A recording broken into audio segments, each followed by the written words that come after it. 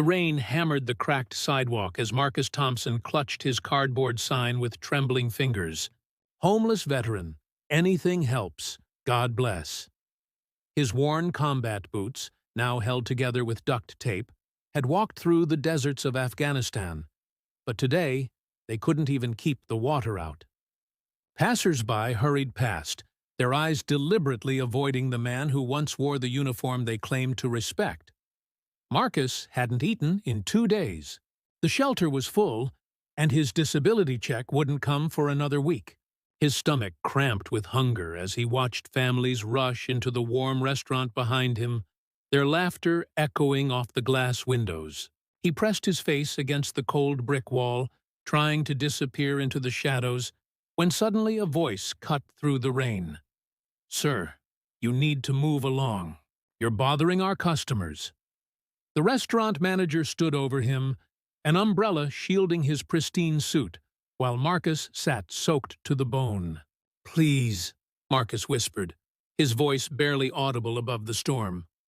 "I'm not causing trouble. I just need somewhere to sit. I don't care what you need. This is private property. Get lost before I call the cops." Marcus struggled to his feet, his body aching from sleeping on concrete for weeks. As he gathered his meager belongings, something fell from his torn jacket pocket. A faded photograph fluttered to the wet pavement. Him in full military dress, standing proud next to his unit. The manager glanced down, then back at Marcus with the same cold indifference. "I served my country," Marcus said, his voice breaking. "I gave everything I had." "And look where it got you," the manager sneered, turning his back and walking away. But Marcus didn't know that across the street, someone had been watching. Someone who recognized more than just a homeless man. Someone who saw the way Marcus held himself despite his circumstances, the dignity that poverty couldn't steal, the honor that hardship couldn't break. Admiral James Harrison, a 4-star admiral in the United States Navy, had stopped at the red light when he noticed the commotion. He'd seen countless soldiers in his 40-year career, and something about this man's posture, even in defeat, spoke to him. When the light turned green, Admiral Harrison didn't drive forward. Instead, he pulled over, stepped out of his car, and began walking toward Marcus. The rain continued to pour as Marcus shuffled down the sidewalk, his cardboard sign dissolving in his hands. Behind him he heard footsteps, heavy, purposeful steps that seemed to match a rhythm he remembered from long ago. "Military steps! Soldier!" The command voice stopped Marcus in his tracks. Slowly, instinctively, he turned around. Through the rain, he saw a figure approaching, tall, distinguished, with silver hair and a bearing that commanded respect, even in civilian clothes. "Sir?"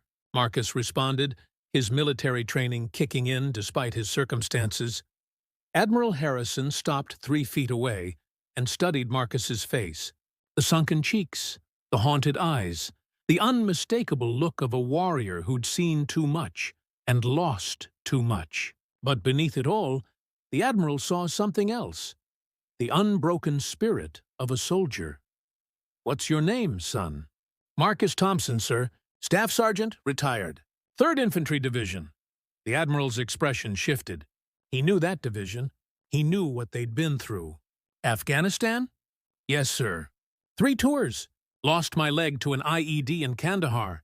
Got the prosthetic, but—" Marcus's voice trailed off, his shame evident.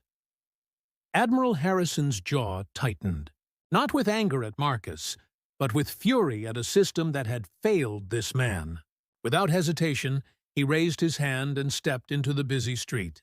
Cars screeched to a halt as the Admiral blocked traffic, his commanding presence stopping 4 lanes of rush-hour chaos. "What are you doing, sir?" Marcus asked, bewildered. "Giving you the honor you deserve," Admiral Harrison replied firmly. Then, in the middle of that rain-soaked street, with dozens of cars stopped and drivers staring in confusion, Admiral James Harrison did something that would be remembered forever. He stood at perfect attention and saluted Marcus Thompson. The gesture echoed through the storm like thunder. One by one, other veterans who happened to be in the stopped cars began getting out.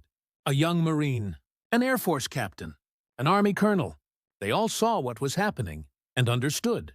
They formed a line in the street and saluted alongside their admiral. Marcus stood frozen, tears mixing with raindrops on his weathered face. For the first time in months, he straightened his shoulders, lifted his chin, and despite his torn clothes and broken circumstances, he saluted back with the precision and pride of the soldier he'd always been. The restaurant manager who had humiliated him minutes earlier watched from his window, his face pale with shock and shame. Admiral Harrison lowered his salute and placed his hand on Marcus's shoulder. A soldier never stops being a soldier, son, and this country never stops owing you a debt. That day, Admiral Harrison didn't just stop traffic. He stopped a man from disappearing into the forgotten corners of society. He arranged for Marcus to receive proper housing, connected him with veteran services, and personally ensured he got the care he deserved. But more importantly, he reminded everyone watching that respect isn't about what you have. It's about what you've given. Marcus Thompson had given everything for his country. And in that moment, his country finally gave him something back. The honor he never stopped deserving.